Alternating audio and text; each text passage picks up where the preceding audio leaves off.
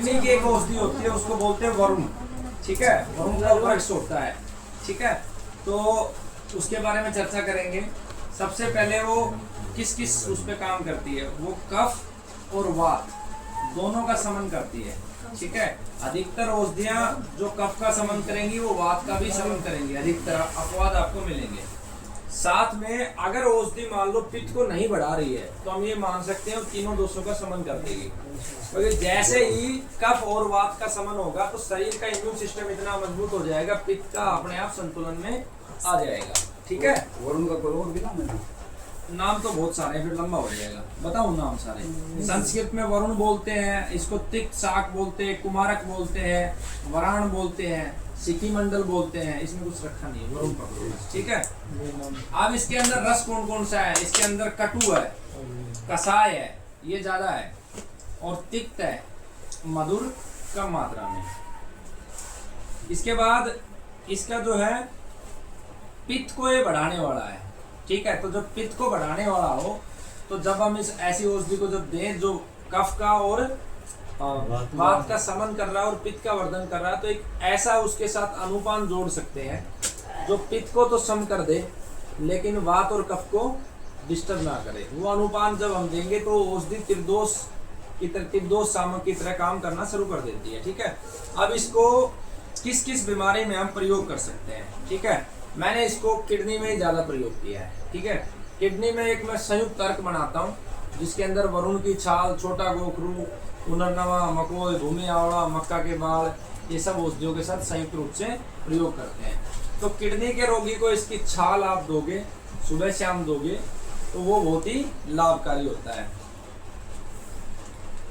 नेत्र के जो रोग होते हैं उसके ऊपर इसकी छाल का लेप कर सकते हैं और इसके पत्तों का रस का सेवन 2-2 बूंद सुबह शाम करेंगे तो ये नेत्र रोगों में लाभकारी होगा।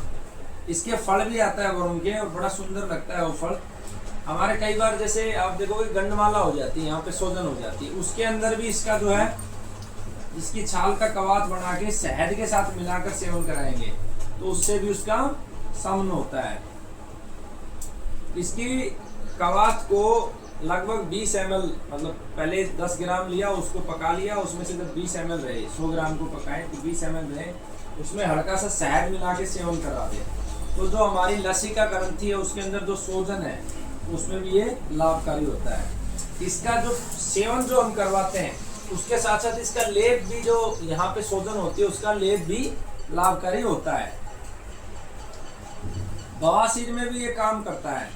कैसे काम करता है, इसको मूली लेंगे, त्रिफला लेंगे और वरुण लेंगे, अरणी लेंगे, सहजन लेंगे, इनके सारों के पत्तों का वो बना लेंगे, या तो ताजा है तो सवरस ले लेंगे या इनका कवात बना के सेवन करेंगे तो इससे लाभ मिलेगा। पूर्ण रूप से ये ठीक नहीं करेगा। जब प्रजनन होता है, संतान को जब मां जन्म देती है तो उसके बाद वरुण की छाल का सेवन या उसकी छाल के साथ लड्डू का सेवन करवाने से प्रसव के पश्चात होने वाला जो पीड़ा है, जो दर्द है, उसमें आराम मिलता है। हमारी हड्डियों से संबंधित जो रोग है उसमें वरुण बहुत अच्छा काम करता है। बोन कैंसर के पेशेंट को भी हम वरुण की छाल दे सकते हैं। ठीक है, वो भी लाभकारी होगा। अब हड्डियों का जो सबसे पहला रोग होता है वो होता है आमवात। आमवात को फिर समझाएंगे, यानी कि आम बन के जो जोड़ों के बीच में फंस जाता है, उसके अंदर इसके जो ताजा पत्तों का सवरस है वो नारियल के दूध के साथ और मक्खन मिलाकर सेवन कराते हैं। ठीक है, एक तरीका ये। दूसरा, सीधा वरुण की छाल और सहजन के पत्ते मिला के देंगे तो भी जोड़ों के दर्द में, आमवात में ये लाभकारी होगा। इवन इसके पत्तों को और इसकी छाल को मिला के एक लेप बना ले अरंडी के तेल में और जोड़ों के जो दर्द है या सोजन है उन पे लेप कर देंगे तो भी वो लाभकारी होगा। त्वचा के अंदर जो फोड़े फुंसियां हैं वहां पर इसकी छाल का लेप लगा सकते हैं, उस फोड़े फुंसी में आपको आराम मिलेगा।